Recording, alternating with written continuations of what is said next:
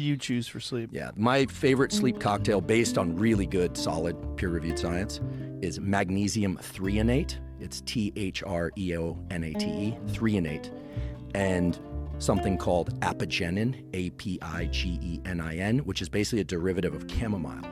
Those two things work really well they essentially shut down the forebrain thinking, anticipating part of your brain, allow you to drift off into sleep really well. Oh, I need that all day then, if you could shut that down. Yeah. Well, and then theanine is also the third thing in the cocktail. Isn't theanine, that is also a nootropic? So theanine also turns on what's called the GABA system. It's like an inhibitory neurotransmitter, and it helps suppress anxiety and kind of turn off thinking. It helps you make the transition into sleep. Yeah, so it's magnesium threonate. I'm going to write all this Sure stuff thing. down, because I think I do need this. Yeah, and sleep is I obviously... sleep pretty good, but it's always... these are a game changer. I'll be amazed if it doesn't help. So it's magnesium threonate, THREONATE. And that's important because there are a lot of THREONATE. Threonate. He's got it right there. There it is. Young Jamie on the ball, as always. And basically, people will probably want to know about source. In this case, you just go for price, right? I mean, if you have a favorite brand, go for that, but go for price, So magnesium threonate can cross the blood-brain barrier because when you take magnesium, it goes into your gut. It doesn't necessarily get into your brain. You've got a barrier around your brain that prevents certain things from getting in because this tissue doesn't regenerate. Right.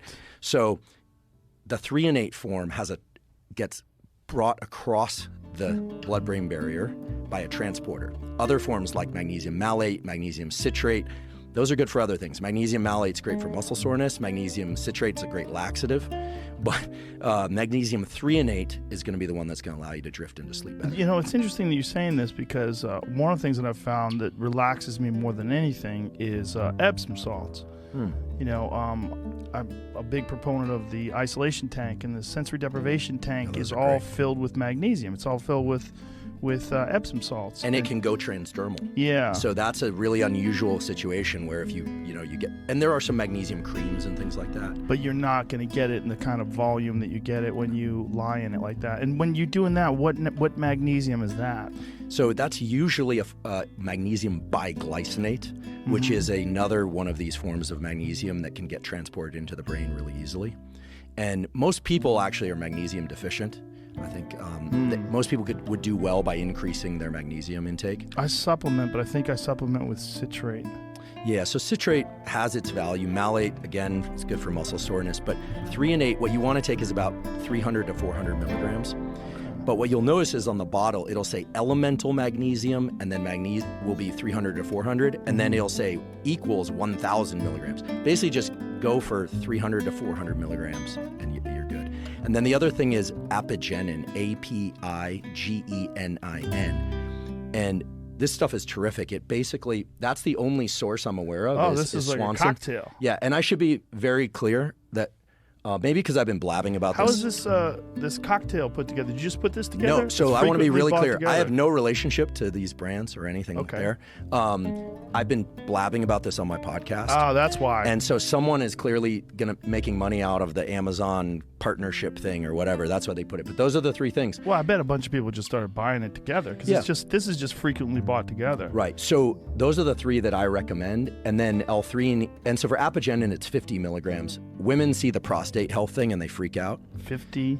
Oh, women see prostate health thing and they freak out? Well, they think, is it testosterone in a for bottle? guys, yeah, right. whereas all the gym rats are like testosterone in a bottle. Yeah, they get right. Yeah, bro. So apigenin turns on a chloride channel. The way neurons work is you got stuff going in and out of them, and the chloride channel tends to turn off neurons a little bit in a good way and creates a kind of a little sedative role.